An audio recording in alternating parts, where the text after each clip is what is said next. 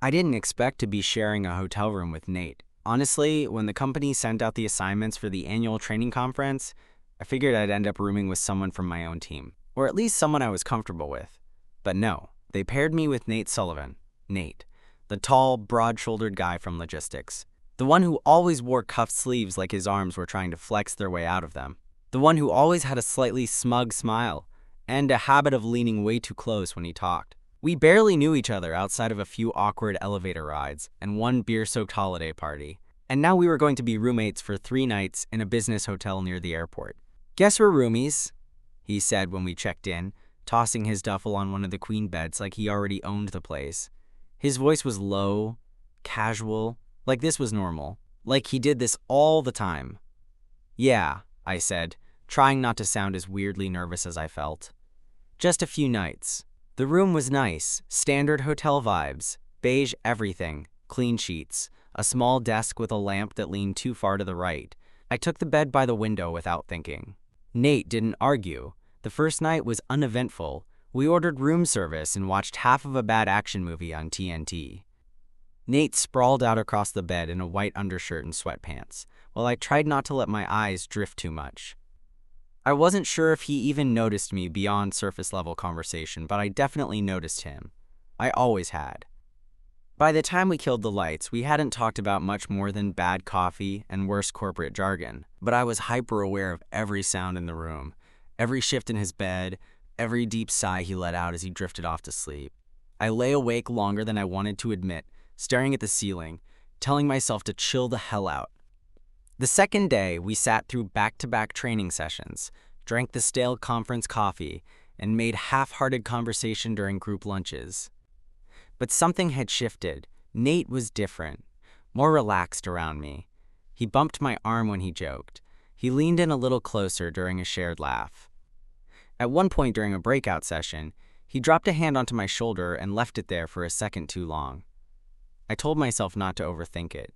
Nate was just friendly.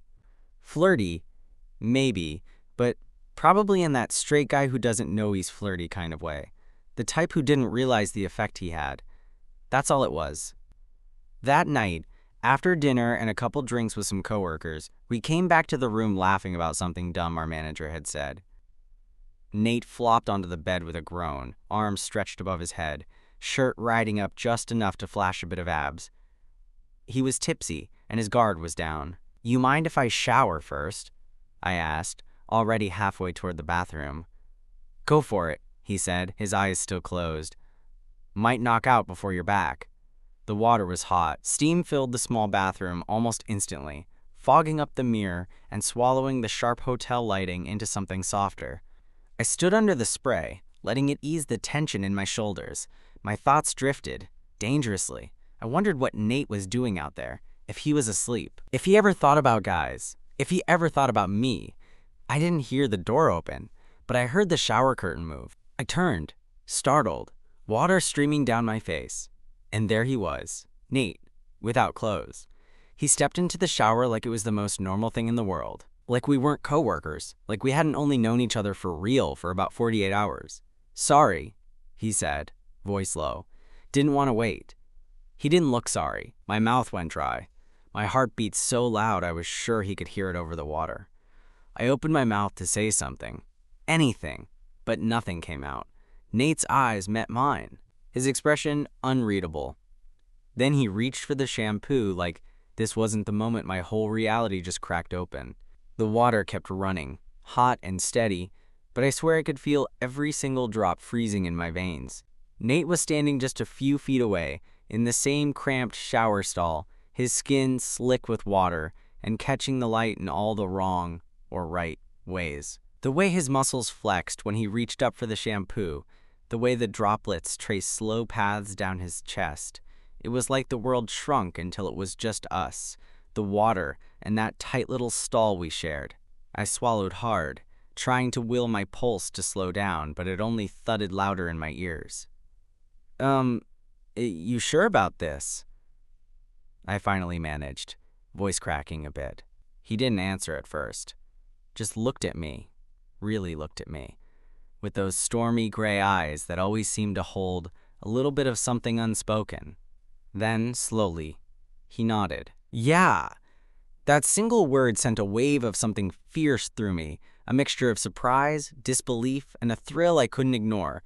I wanted to say no, to tell him to step out, to keep things normal, to preserve the careful distance we'd spent years building between us. But I didn't. Instead, I leaned back under the spray, letting the water mask the way my hands trembled at my sides. Nate moved closer, so close that I could feel his warmth mingling with the steam. His breath brushed against my neck. His hand hovered near mine, fingers twitching like he was debating something. "Why?" I whispered, more to myself than to him. He hesitated, then shrugged, like it was the simplest thing in the world. Why not? That answer should have sent me running. It should have been the moment I packed up every part of myself and left that hotel room forever. But the words hit me harder than I expected. Why not? Because maybe, just maybe, I was tired of pretending. Tired of hiding. Tired of acting like Nate was just my roommate, just my colleague, just another guy the first was never supposed to want. The shower became a blur after that. Words slipping away, bodies inches apart, the space between us evaporating like the steam. I don't remember who moved first. Maybe it was him. Maybe it was me. But suddenly, Nate's hand found mine. His fingers curled around mine like it was the most natural thing in the world. And for the first time in forever, I didn't fight it. Our hands tangled together under the spray, slick and slippery, but somehow steady. I could feel every heartbeat in my chest pounding like a drum, loud and fast, drowning out the sound of the water hitting the tile. Nate's eyes searched mine, questioning, daring, vulnerable in a way I never thought I'd see from him. The confident guy from the office, the one who never showed cracks, was standing here next to me like he was holding on to me for something he couldn't put into words. I swallowed hard. "Are you sure?" He nodded, a small, almost shy smile tugging at the corner of his mouth. "I think so." That simple affirmation unleashed something inside me I'd been trying to bury for a long time. A mix of relief and longing, and, maybe, hope. Nate leaned closer, and the world narrowed down to just that moment. The warmth of his skin, the faint scent of his shampoo, the electricity crackling in the air between us. His lips brushed mine, soft at first, tentative, like testing the waters. And then, as if realizing this wasn't a mistake, the kiss deepened, slow and careful, but full of everything we'd both been holding back. My hands found their way to his chest, feeling the solid muscle under the water and fabric of his towel, fingers trembling but steady. He sighed softly against my mouth, pulling me closer. Time stopped. The cold outside, the stuffy hotel room, the expectations, all disappeared. We were just two guys, two strangers and roommates, and something more, finding each other in the steam and silence. But then reality seeped back in, sharp and sudden. The water started to cool. The moment hung fragile between us, fragile but real. Nate pulled back first, eyes searching mine again, this time with something like fear. "I don't know what this is," he said quietly, "but I don't want to lose it." Neither did I. But everything felt so uncertain. "Me neither," I whispered. We stayed like that for a moment, holding on to whatever this was, not knowing what the next step would be, but knowing, deep down, that neither of us wanted to pretend anymore. We finally stepped out of the shower, water still dripping from our skin, the steam swirling around us like a veil that made everything feel unreal. Nate wrapped a towel around his waist, and I grabbed one for myself, but neither of us moved away from that small suspended moment. The air outside the bathroom felt colder, sharper, like the weight of the world had returned while we'd been trapped in that bubble. Nate looked at me, eyes still holding that raw mixture of uncertainty and something close to hope. "We should probably get dressed," he said softly, almost reluctantly. "Yeah," I agreed, my voice barely above a whisper. We stepped out into the main room together, the soft hotel carpet muffling our footsteps. The TV was still on, a background noise that suddenly felt intrusive. Neither of us knew what to say. I grabbed my phone, pretending to scroll, though my mind was racing. "Look," Nate finally said, breaking the silence. "This doesn't have to change anything." "We don't have to," I shook my head, cutting him off. "It already has." He nodded slowly, like he was coming to terms with something himself. "We don't have to figure it all out now," I said. "But whatever this is, I want to see where it goes." His lips curved into a small, genuine smile, the kind that reaches the eyes and warms you up inside. Me too. We fell into an easy silence then, the tension between us shifting into something more comfortable, like the first crack of dawn after a long night. Later, as I lay on my bed staring at the ceiling, I thought about how unpredictable life could be. How a simple hotel room, a shared shower, and a moment of honesty could change everything. And for the first time in a long time, I felt like maybe I wasn't alone. Morning came in slow, golden rays that slipped through the curtains, bathing the room in warmth. I woke first, the events of the night before swirling fresh and vivid in my mind. Nate was still asleep, sprawled across his bed in a way that looked uncharacteristically vulnerable. I watched him for a moment, his relaxed face, the way his fingers twitched slightly in sleep. It was the kind of quiet I hadn't expected to find with him, and honestly, it was kind of beautiful. The awkwardness from last night felt softened now, like a fragile thread connecting us, waiting to be woven into something stronger. I debated whether to wake him or give him space. Then I remembered how close we'd gotten in that shower, how the world outside had melted away. Maybe this was the start of something new, something real. I finally nudged him gently. "Hey."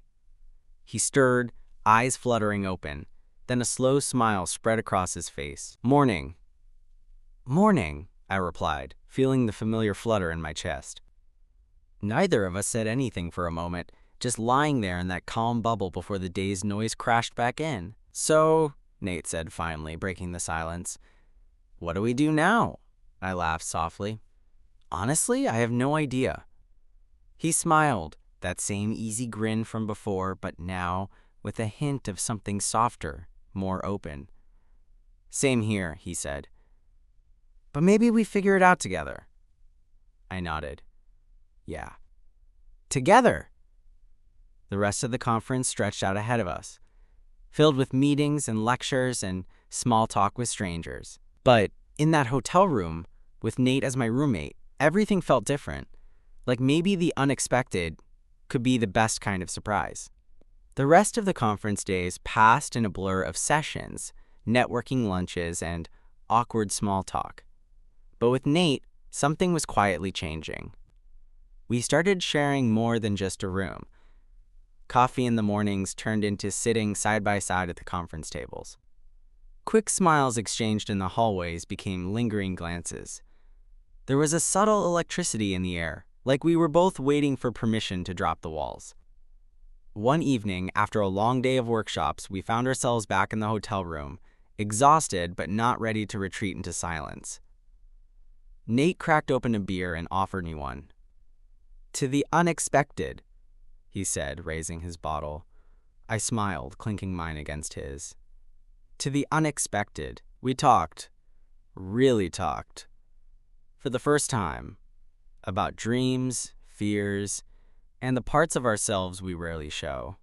He told me about the pressure to be the perfect guy, the one who never questions. I shared how I'd always felt like the outsider, watching from the sidelines. There was comfort in that honesty, a connection I hadn't anticipated. Later, as the night deepened, Nate's hand found mine again. No words were needed, just the quiet understanding that neither of us was alone anymore. The last day of the conference was bittersweet. We packed our bags with the easy camaraderie of people who'd crossed an unspoken line and weren't sure what to call it yet.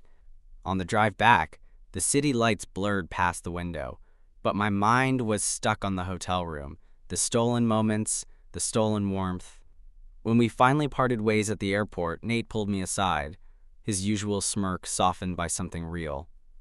"Look," he said, voice low, "whatever this was, I don't want it to end when we get back. I smiled, heart pounding in a way I hadn't felt in years. Me neither. We exchanged numbers. No longer just coworkers. No longer just roommates forced together by circumstance. Something new had begun. And maybe, just maybe, that unexpected night in the shower was exactly what we both needed. The next morning after that night in the shower, something unspoken hung in the air between Nate and me. It wasn't awkward exactly, but it was a fragile silence, charged with a tension neither of us wanted to name aloud yet. Neither of us mentioned the shower. Neither of us acknowledged how close we'd been, or how that closeness had cracked open something new. We got ready for the day side by side, quiet, almost routine. But I caught myself stealing glances at him in the bathroom mirror, noticing the way his hair flopped over his forehead, the sharpness of his jaw, the softness behind his eyes when he thought no one was looking. He caught me looking once and gave me that small, knowing smile, the one that said, "We both know this changed everything." Throughout the conference, things were different. We weren't just coworkers forced to share a cramped hotel room. We were something else. Something that was still undefined, but heavy with promise. At lunch, we sat a little too close in the cafeteria, fingers brushing as we reached for the same sugar packet. It was electric. Simple things felt monumental. I found myself craving his company, his laugh, the way he could make even the dullest keynote seem bearable. One afternoon, Nate caught me off guard by asking if I wanted to grab a coffee after the sessions. His voice was casual, but his eyes were intense. "I mean, if you want," he said, as if testing the waters. Afraid I might say no. I smiled, heart pounding in my chest.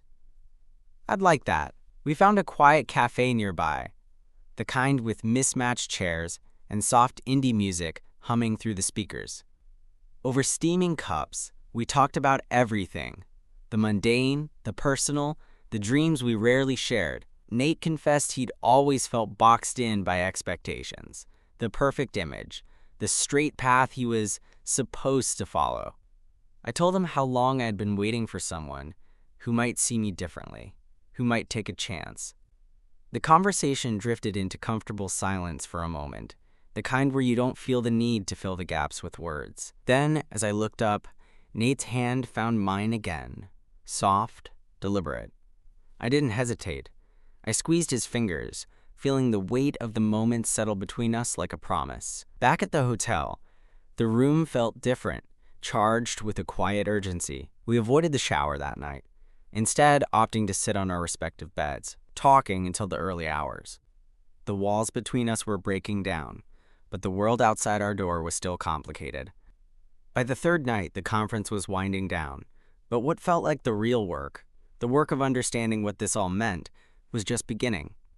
The conference was nearly over, but Nate and I found ourselves caught in a world entirely separate from the scheduled talks and team-building exercises. It was as though every moment we spent together was a small rebellion against the reality that was waiting for us once we packed up and went home. That morning, Nate woke early and was already sitting by the window when I stumbled out of bed, still shaking off the last remnants of sleep. The city outside was quiet, a faint hum of life waking up. He was watching the skyline, coffee cup cradled in his hands, his usually cocky demeanor softened by the early light. "Morning," I said, trying not to sound as tentative as I felt. He turned with a slow smile. "Morning." Then he patted the chair beside him. "Sit." I crossed over and sank into the chair, our knees brushing. The electricity of that small contact felt like a live wire under my skin. For a while, we just looked out at the city, the silence stretching comfortably. Then Nate broke it, voice low and raw. "I've been thinking a lot," he said, "about us, about what's happening." "Me too," I admitted. "It's a lot to process." He nodded, biting his lip. "Yeah, I never imagined I'd be here, sharing this with you. I've always thought of myself as straight. Hell, I've never even questioned it." I swallowed hard, feeling my throat tighten. "Same here, but the more I'm with you, the less those labels make sense." He looked down at his hands, fingers intertwined. "I'm scared. Scared that this is just a fleeting thing, that when we go back to our normal lives, it'll all disappear. Or worse, that I'll have to pretend none of it happened." Me too, I whispered. But maybe it doesn't have to be that way. Nate's eyes met mine, vulnerability shining through. What if people find out? What if it ruins everything? I squeezed his hand, feeling the tension in his fingers. Then we deal with it, together. I don't want to hide anymore. Not from you, not from myself. The honesty in that moment felt like both a risk and a relief. It was terrifying and exhilarating all at once. We spent the rest of the morning talking about what together could mean, laying bare our fears and hopes. Nate confessed how he'd felt trapped by expectations, by what his family and friends assumed about him. I shared how loneliness had been my constant companion, how I'd longed for something real, something true. As the hours slipped by, the conference outside our bubble seemed distant and unimportant. What mattered was here, between us, fragile but undeniable. That night, back in the hotel room, we didn't rush. There were no sudden moves, no frantic attempts to define everything all at once. Instead, we held each other close, letting the silence speak for what words couldn't. I traced patterns on Nate's back as he whispered, "Maybe this is where I'm supposed to be." "Me too," I murmured. And in that quiet moment, wrapped in each other's arms, I believed it. Because sometimes, the most unexpected places become home. The final day of the conference dawned with an unspoken weight resting between us. Nate and I moved through the morning rituals with quiet grace, knowing that soon the hotel room that had become our refuge would be just a memory, a story told in glances and smiles. Packing was a slow process, each folded shirt and packed bag carrying more meaning than it should have. We didn't rush. There was no need. The hotel had witnessed the birth of something neither of us could have predicted, and neither wanted to erase it with haste. As we stood side by side in the elevator, descending to the lobby for the last time, Nate's hand brushed mine. Our fingers intertwined naturally, a silent promise that this was far from over. Outside, the city pulsed with life, strangers rushing by, oblivious to the quiet revolution happening between two men standing just steps from each other. At the airport, the final moments were bittersweet. We lingered near the gate, caught in the limbo between goodbye and what comes next. Nate's eyes searched mine, vulnerability and hope tangled in his gaze. "Whatever happens," he began, voice steady but soft, "I don't want to lose this. Us. Me neither," I said, pulling him into a tight embrace. "This is just the beginning." We exchanged numbers, real ones this time, with a promise to talk, to see each other again, to explore what we had found beyond the confines of a hotel room and a stolen shower. As he disappeared into the crowd, I felt a strange mix of loss and anticipation. The world was vast and uncertain, but for once I wasn't afraid, because I had Nate.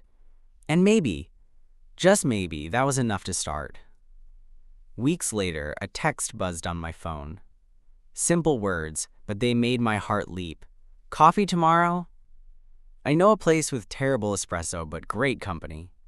I smiled, typing back, "Wouldn't miss it." And just like that, life felt full of possibilities again.